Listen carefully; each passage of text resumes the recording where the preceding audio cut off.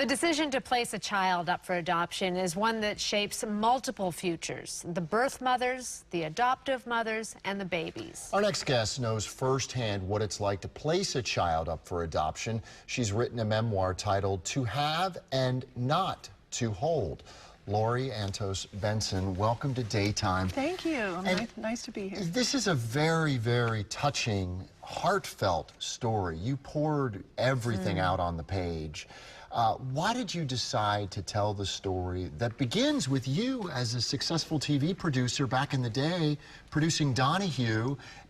You get pregnant and you decide that you want to give the baby up for adoption. Well, not right away. It was a 9-month decision-making process. I had just really been started the career, and it was an exciting time of my life when this happened. And it took me 9 months because I wanted to keep the baby, but I was looking at my life and how many hours I was working, and the weekends and the nights, and I did not have the father for sure in the picture. I had no family in Chicago, and it took me 9 months to come to the decision that that would be the best thing for her. And when you made that decision, how did you go about conveying that to somebody to make sure that your baby ended up in the right home? Well, I did a lot of research as a producer. I did a lot of research all over the country, and it turned out right in Chicago there was an agency called the Cradle that had the top ratings, and so I went to them. So then when you did decide to give your little girl up for adoption, you realize after it was all said and done, and there she is at birth, right? Yep.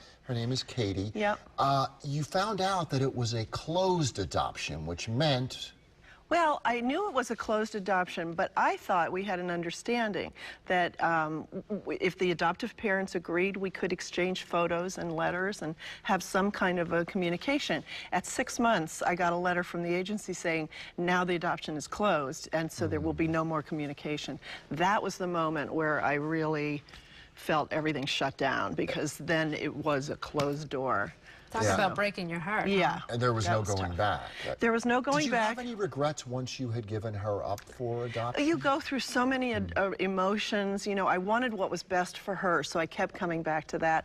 But you go through all the emotions of, oh my gosh, what if? But you can't do that because things happen for a reason. And in our story, it just had such a beautiful, beautiful conclusion. It may not always turn out that way for people, but in my story, I don't have any regrets because I see that it all happened for a reason. But it was a closed adoption, so how is it that you came to be reunited again? So at age, and she was what, 16? She was 16 when she came, yes. And after I got that terrible news, I started in as a producer again, figuring out what do I need to do, and started kind of a campaign with the board at the agency of why you can't have this be a blanket policy. It has to be individual cases. Well, the adoptive family came back to get another child, and that opened the records again. So then my social worker got to me and said, now's the time to write a letter to that adoptive family and see if we can open it a little bit. Now, who are we looking at here? So there we are. So on the right is Katie's adoptive mom, Ann.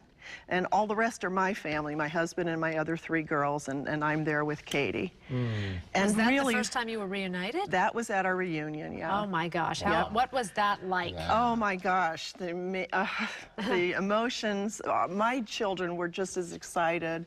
It was all so positive, and a lot of it is due to Katie there, because she was so courageous to take on a whole family and enter into this, and she hasn't looked back, and those are her sisters now. How old is she now? So she's 35, and she is about to have her second baby. Isn't that something? And you have been in her life since that moment, since age 16.